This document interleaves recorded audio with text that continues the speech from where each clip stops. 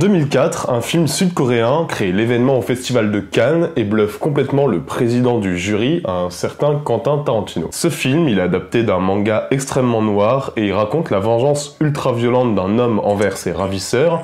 Ce film, c'est Old Boy, et il remportera le grand prix du festival sans forcer. Park Chan-wook, son réalisateur, sera salué de tous les côtés et Old Boy gagnera instantanément ses lettres de noblesse. Il est pas rare de le voir cité parmi les meilleurs films des années 2000 et au moins parmi les meilleurs thrillers sud-coréens. Et évidemment, quand le monde, et particulièrement l'Amérique, va découvrir Old Boy, ça va être un festival de louanges et un succès critique assez énorme.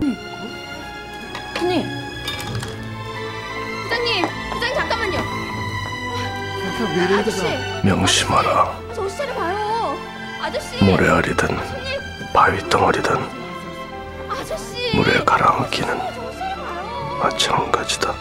4 ans plus tard, en 2008, Steven Spielberg sort d'Indiana Jones 4, dont les critiques ne sont peut-être pas les meilleures qui soient, mais qui a un vrai triomphe commercial. Près de 800 millions de $, soit l'un des films les plus rentables de son année, et d'ailleurs le film le plus rentable de la licence Indiana Jones. Ça c'est pour Spielberg, mais il faut se dire aussi qu'au même moment, il y a un acteur qui est en pleine crise existentielle, c'est Will Smith. Will Smith, il sort d'un projet sur un super-héros suicidaire et destructeur, un projet qui devait être réalisé par Michael Mann, et qui a été édulcoré, qui a changé de réalisateur, pour devenir Hancock.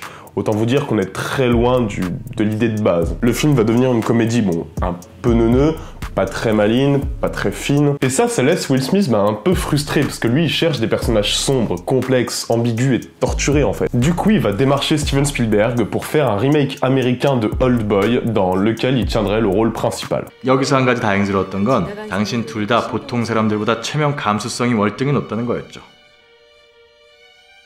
재밌지 않아요?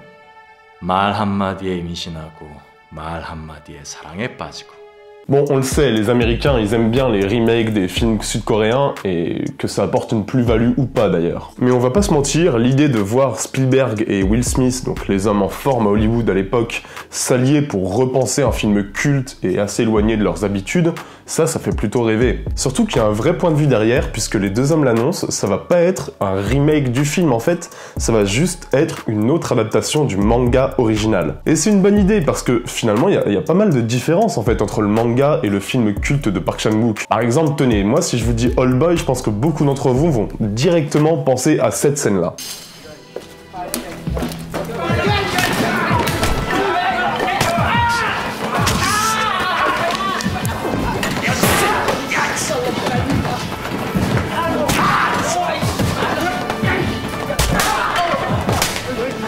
Dans le manga original, cette scène, elle n'existe pas. Et il y a beaucoup de détails qui ont changé, parce que pour une fois, le film sud-coréen va bien plus loin dans l'horreur que l'œuvre originale. D'habitude, c'est plutôt l'inverse. Je vais pas vous spoiler l'histoire de Hot Boy pour ceux qui l'ont pas vu, mais ceux qui l'ont pas vu, regardez-le. Mais tout le rapport oedipien du film, tout son côté très critique sur la noirceur de l'âme, sur la pourriture humaine, tout ça, ça vient principalement de Park Chan-wook en fait. Spielberg et Smith, ils veulent garder la viscéralité du manga, mais ils veulent moins s'enfoncer dans la pourriture morale pour aller plutôt vers un spectacle intime, plus basé sur l'ambiance violente et sombre. Pour ça, Will Smith va appeler l'ami Mark Protosevich, qui est un scénariste avec qui il a déjà travaillé sur Je suis une légende, et qui va donc écrire le scénario sous la direction d'un Steven Spielberg qui va pas le lâcher d'une semelle. I came on board when Will Smith and Steven Spielberg were going to do it. Will and I had worked together on I Am Legend, and he called me up and said, I want you to write my next movie.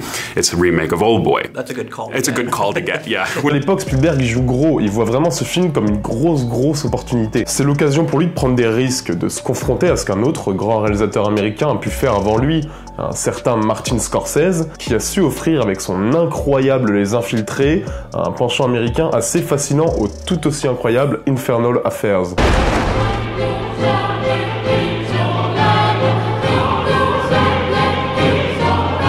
Infernal Affairs, qui était aussi, avant Les Infiltrés, un film hongkongais complètement culte, qui a fait du bruit, qui a même failli aller jusqu'à l'Oscar du meilleur film en langue étrangère. Et le fait que Scorsese en fasse un remake américain, 4 ans après la sortie du film, un remake qui est assez incroyable et qui est vraiment un penchant américain, ça je pense que ça a pu motiver un Spielberg qui se dit « L'original peut pas être dépassé, mais je peux offrir ma version qui peut être au moins aussi intéressante ». Pourquoi Spielberg n'aurait-il pas pu offrir un penchant tout aussi fascinant à Old Boy ?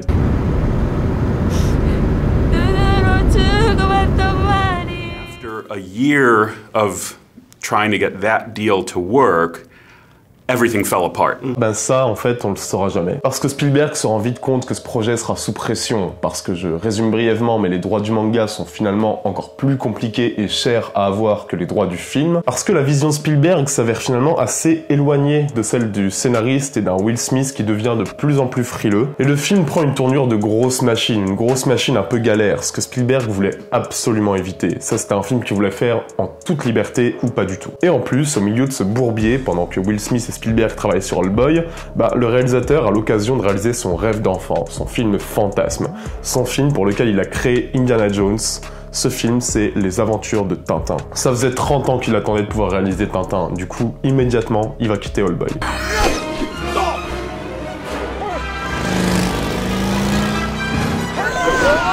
Spielberg quitte le projet, suivi de près par Will Smith, qui abandonne vite toute notion de crise existentielle et de personnages sombres et torturés, pour retourner aux valeurs sûres, en l'occurrence Men in Black 3, qui est aussi produit par Spielberg d'ailleurs, pour l'anecdote. Et finalement, le seul qui n'a pas abandonné, c'est Protosevich, qui continue à bosser sur le scénario. Quelques années plus tard, c'est officiel, Old Boy USA va bien exister, réalisé par Spike Lee, avec Josh Brolin et Elizabeth Olsen.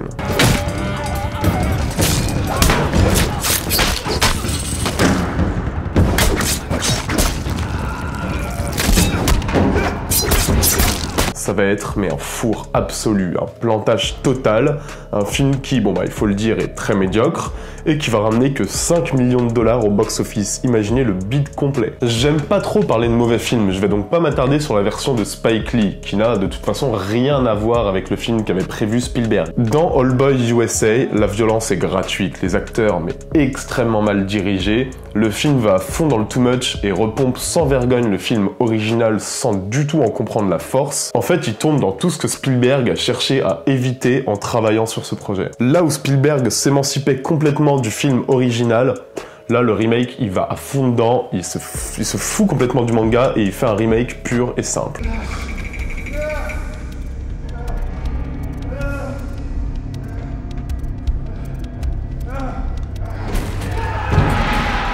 La vision de Spielberg, elle était novatrice et ambitieuse, elle permettait en plus d'éviter tout point de comparaison avec l'œuvre originale, et surtout elle aurait pu s'inscrire parfaitement dans la filmographie d'un grand réalisateur hollywoodien, capable, on le sait, de capter la noirceur de l'âme et la violence de l'homme en quelques plans. Un projet non abouti, un fantasme de cinéphile qui nous laisse avec juste une question en suspens, et si Spielberg avait réalisé Old Boy ?